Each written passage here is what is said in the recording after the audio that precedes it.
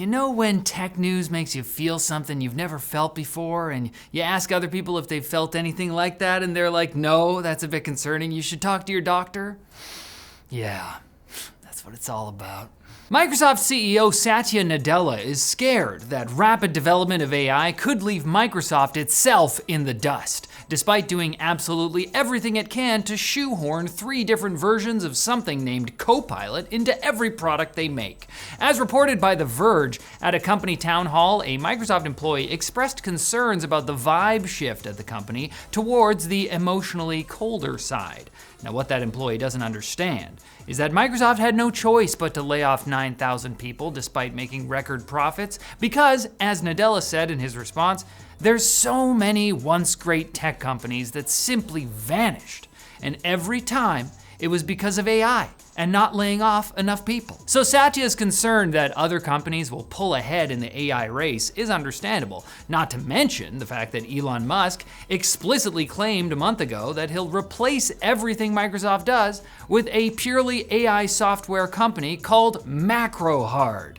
Everyone saw this tweet and was like, yeah, all right, Elon, okay. But Satya saw it and was like, oh, and ran off to order someone to name another thing Copilot. The first handheld with AMD's beefy Strix Halo chip can perform nearly 2 times better than one of AMD's existing flagship handheld chips, according to YouTuber The Fox, who spells his name like it's his Nexopia user ID from 2005, and we love him for that. The old foxhound also revealed that this handheld, the GPD Win 5, with the giant attachable battery on the back, you know the one, will start at $1,600 USD for the lower powered Ryzen 385, with the 395 version starting at $1,850. Sure, at lower TDPs, the Strix Halo chip gets around the same performance as the Ryzen HX 370, which is close to the upcoming Ryzen Z2 Extreme, but starting around 25 watts and above, the Ryzen 395 can do a lot better. It's just, is that worth like $2,000? If you're more of a desktop-only person, AMD just launched the Radeon RX 7700 non-XT. That's right, I said 7700. It's a new GPU based on the company's last-gen RDNA 3 architecture, coming out 2 years after the XT version. AMD, if you're going for a nostalgia factor, I think you have to wait a bit longer. iPhone 17 owners are flooding the internet with complaints that their new slabs are getting scratched when they throw them without a case into their pocket or purse with their keys and custom knife collection. What? Apple has really dropped the ball here. Someone get to the bottom of all these reports. Thankfully, Jerry Rig Everything has confirmed via his professional skills and tools that scratching an iPhone 17 Pro with a razor blade will leave a mark. Okay, but seriously, the issue here has to do with the iPhone 17 Pro's anodized aluminum frame and certain decisions made by Apple about the design of the corners of the camera plateau. Zach from Jerry Rig Everything explained that this is why when you scratch the corner with a key, the corner will get scratched. Look.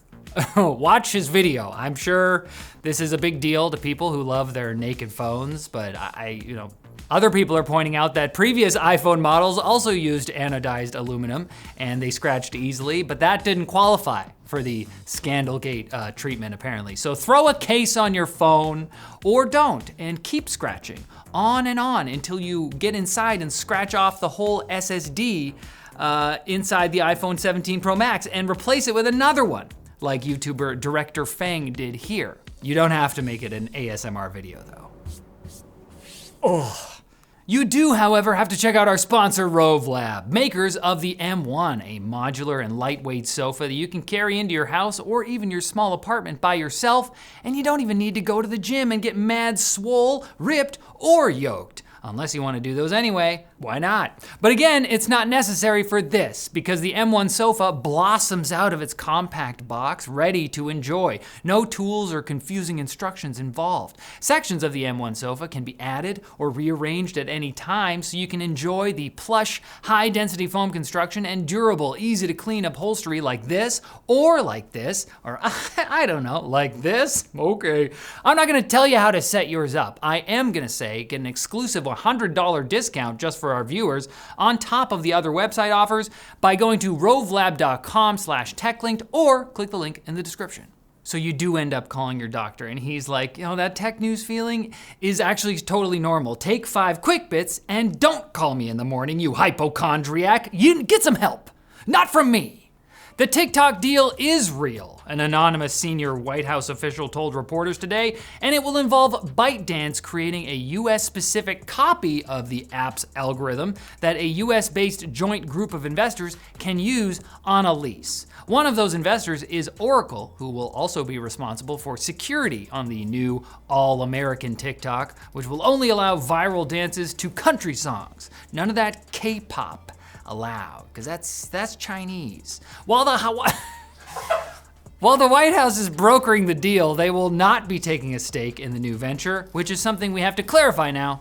So that's fun. Nvidia CEO Jensen confirmed on his joint investor call with Intel last week that Nvidia's rumored N1 ARM-based PC processor and the GB10 SoC powering the company's DGX Spark mini AI PCs that are already announced are actually one and the same. What? Now, there's still room for speculation here. Leaks have referenced both an N1 and N1X variant, but it's also worth pointing out that the GB10/N1, whatever it is, combines NVIDIA's GPU cores with MediaTek's ARM CPU cores. And will anyone care about that when Intel CPUs with integrated NVIDIA GPUs exist that were just announced last week? You have to answer that on your own, okay? My brain is busy still thinking about how people don't put cases on their phones. Why? Lenovo has canceled some pre-orders for their upcoming Legion Go 2 Windows handheld because they received way more than they expected. They thought no one liked them, and it wouldn't be right to hold on to their customers' money when the shipping date is uncertain. We don't want to do that to you. Oh, actually, I speak corporate-ese. I can translate this. They're actually saying they could do without incessant emails tearing into their support staff over their order not being ready, like the customers in a fast food drive-thru. Also, maybe just don't pre-order, Lenovo agrees with me, apparently. European airports are slowly recovering after a cyber attack caused delays and cancellations in London, Brussels, Dublin, Berlin, and more. There's a lot of cities in Europe. The cause was apparently ransomware that struck Collins Aerospace, the maker of software used by many airlines worldwide.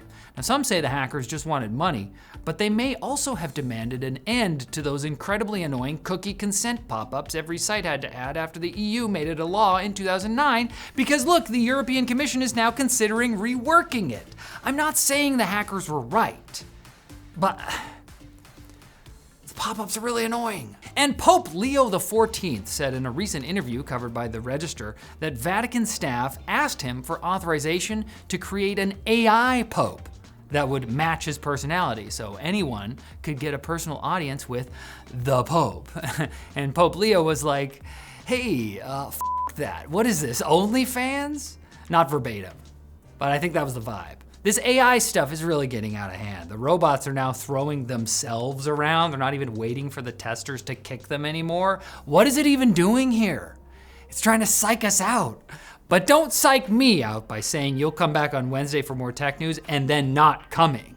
Please. That would, I just don't. I will believe you.